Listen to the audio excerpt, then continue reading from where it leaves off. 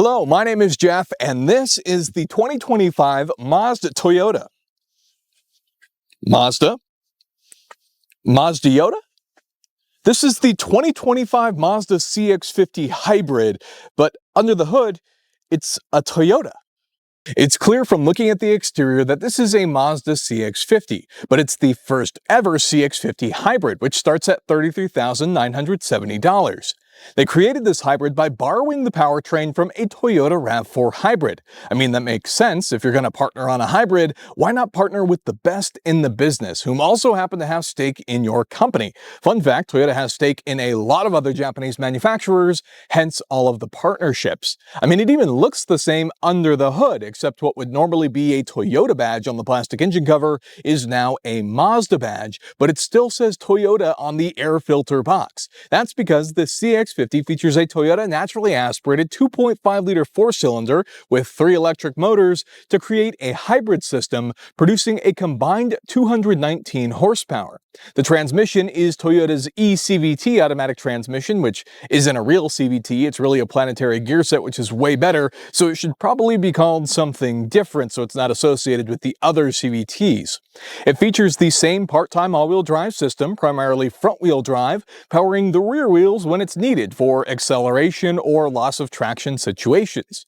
The CX50 hybrid weighs just over 4,000 pounds and achieves 0 to 60 in 7.6 seconds with a limited top speed of 117 miles per hour, so it's not fast, but it moves along just fine. If you want speed, that's what the turbo trims Mazda sells are for.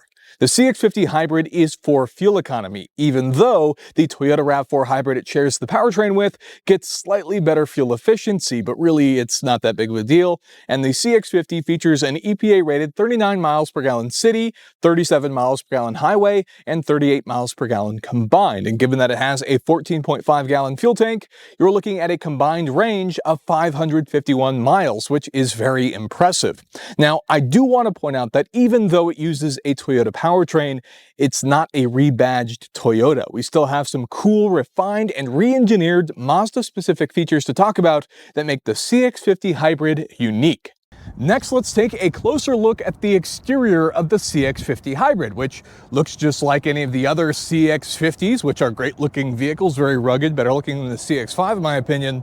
But the one big exception is going to be these hybrid badges, which you'll find on the front quarter fenders, and then you'll find one here in the back on your rear tailgate. So that's the big sort of differentiator between the CX50 hybrid and the other models. Everything else is going to look pretty much the same, and there's some things that you won't really notice, like the fact that this has the RAV4 brakes with the regen tech underneath, so when you press on the brakes hard or even let off in certain driving modes, it'll use that regen to be more efficient and put that power and energy back into the hybrid system.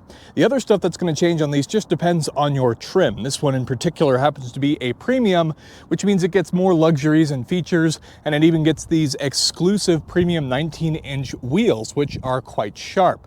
And like I said, everything else is going to be a matter of luxuries. You still get all the cool CX50 benefits. The base trims get 7.8 inches of ground clearance, which is plenty for driving off-road or even dirt roads to campsites, trail roads. It's not a rock crawler, but it'll be just fine in a lot of those environments, especially for snow with the part-time all-wheel drive system.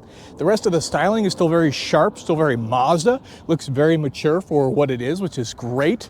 All this black side cladding to protect the vehicle while off-road, tinted back windows, proximity keyless entry in the front. You get roof rails, the option for the sunroof as well, power mirrors, all of the luxuries you could ask for. Kind of sporty here in the back, looks still quite sharp, and you even get a power lift gate, which is a cool luxury, but again, sort of changes depending on the trim you go with. One interesting part to me is the fact that this gets a dual exhaust. I mean, why would a hybrid need a dual exhaust system? But it's there nonetheless. A quick look at the very attractive CX50, now with hybrid badges. Next, moving on to the interior, this one being a premium, gets the nice red leather trimmed seats. The interior of the CX50 has seating for 5, and really not a whole lot has changed in the interior from the standard CX50 models, with the exception of the shifter here in the middle. And this shifter is straight up out of the Toyota RAV4 hybrid. This is the exact same shifter. I suppose it was just easier and more cost efficient to integrate it, and they figured it wouldn't really clash with Mazda's interior styling, which is very different from Toyota. Toyotas. That's really one of the benefits here, and they just kept everything the same there. Now, before we get too far into the tech in the front here, I want to show you the back seat. More of that red leather trim goes into the interior back here. The CX50 is rather spacious and yet compact. As an adult at 6 foot even, I can fit back here. If you don't get the optional panoramic roof like you have in this one, you get a little bit more headroom, but I can fit in the back here and could sit back here for a longer period of time. Even if it's not the most comfortable, you can definitely fit adults in the back, kids, doesn't matter, and they still get their own vents, chargers, all of their cup holders, power windows, the tinted windows, all that stuff that we talked about earlier. Now, let's go ahead and move back up into the front so we can talk about the features. I want to talk about the fact that this premium also gets the heated and ventilated seats, and you can see that these seats look awesome. The CX50 tries to look a little bit more rugged, and so you have some very cool seating patterns as well. Climbing into the vehicle here, we go ahead and power it on. You'll see the gauge cluster looks a little bit different too, obviously adapted for the hybrid. You'll see the EV stuff here on the left in addition to the charge and power controls.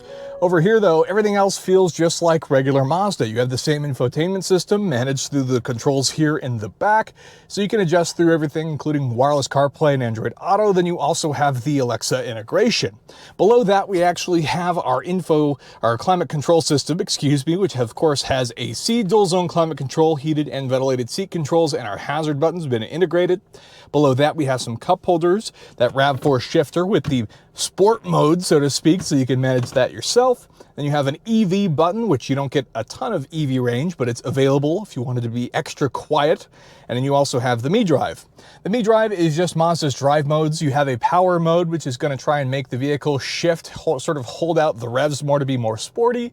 And then you also have the trail mode. And so these are also going to sort of adjust the all-wheel drive systems, make it kick in more for traction purposes for the trails. So that's what you have there than normal, which is where I've been spending most of my time for regular driving or normal driving.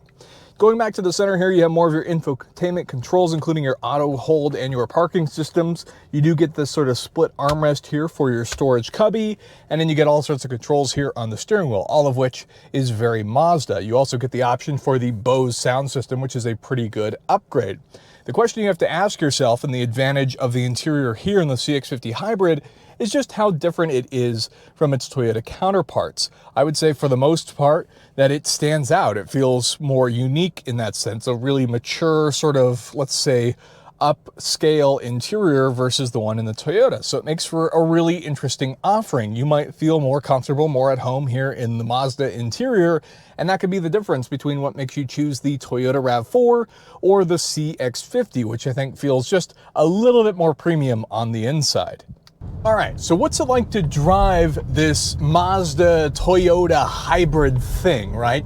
So obviously there's a couple things going on here. We have that Toyota powertrain, but then we also have some re-engineered aspects from Mazda.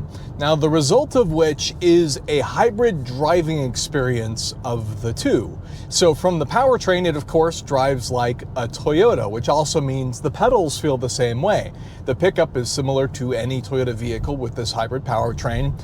The pedals are similar, the gas is just like any other hybrid car, but the brake is like a Toyota hybrid, and where it feels almost empty until you get to the last 10%, and that's where essentially all of your braking happens as that regen kicks in from those RAV4 brakes on this CX50. So if you've driven a Toyota hybrid before, the pedals feel the exact same in that regard.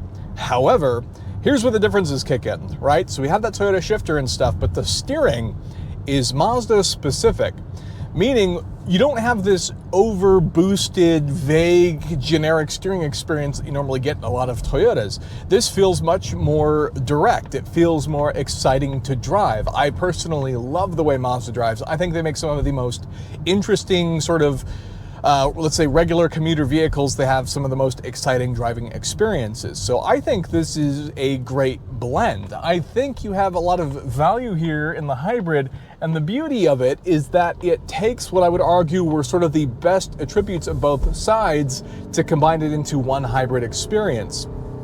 Now, similar to other hybrids, you can kind of hear that powertrain. It's a little bit whiny at times, but again, that's kind of the same for that powertrain across the board, and that's just the way that current hybrid setup is. But personally, I still believe Toyota has the best hybrid setups that you can get today. I mean, they're one of the biggest proponents that we're more pro-hybrid than they were interested in developing new EVs. So they spent a lot more money and time developing their hybrid system, which makes it one of the best. The difference there is now you get it in a different package here with the Mazda interior. I find this more comfortable. I think it's better looking. The exterior feels very mature looking on the outside, and yet you just have some of these subtle changes to integrate those Toyota aspects. Obviously a slightly different gauge cluster for that hybrid powertrain. I personally love the integration. The mesh is great. I love getting inside and driving a Mazda, and now you just have a really great hybrid powertrain from one of the best hybrid powertrain builders. I mean, it really doesn't get any better than a mix of two worlds. Now, I mentioned earlier that this isn't quite as efficient as the RAV4. Well, the RAV4 was kind of engineered from the get-go for that system, whereas this is more so an afterthought, so it's not necessarily the most ideal powertrain for this. It's not as aerodynamic, but I would argue that this is a more adventure-ready vehicle, a little bit more capable than the RAV4 in some regards in terms of being a little bit more adventure-ready and off-roady, and so I think it's more appealing to me in that sense. It just looks a little bit different. It's more unique than driving a Toyota RAV4, of which there are a million on the road. So in that regard, I quite like it. We're getting onto the freeway here, so we can pick it up a bit. So it's not fast, gets loud, but really, it's honestly not bad from a driving experience.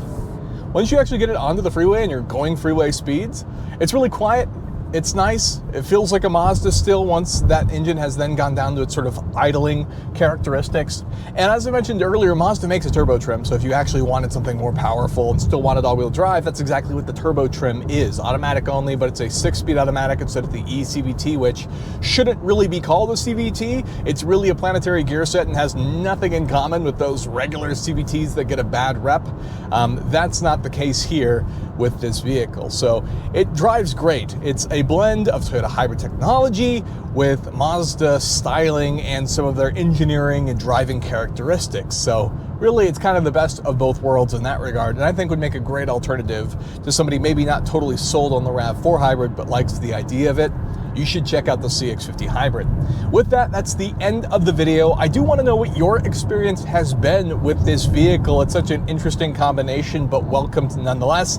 Let me know what you think about the new first ever CX50 hybrid down below. If you enjoyed the video, you know what to do, and that's the end of it. So with that, I will see you in the next one. Thank you so much for watching. See you next time.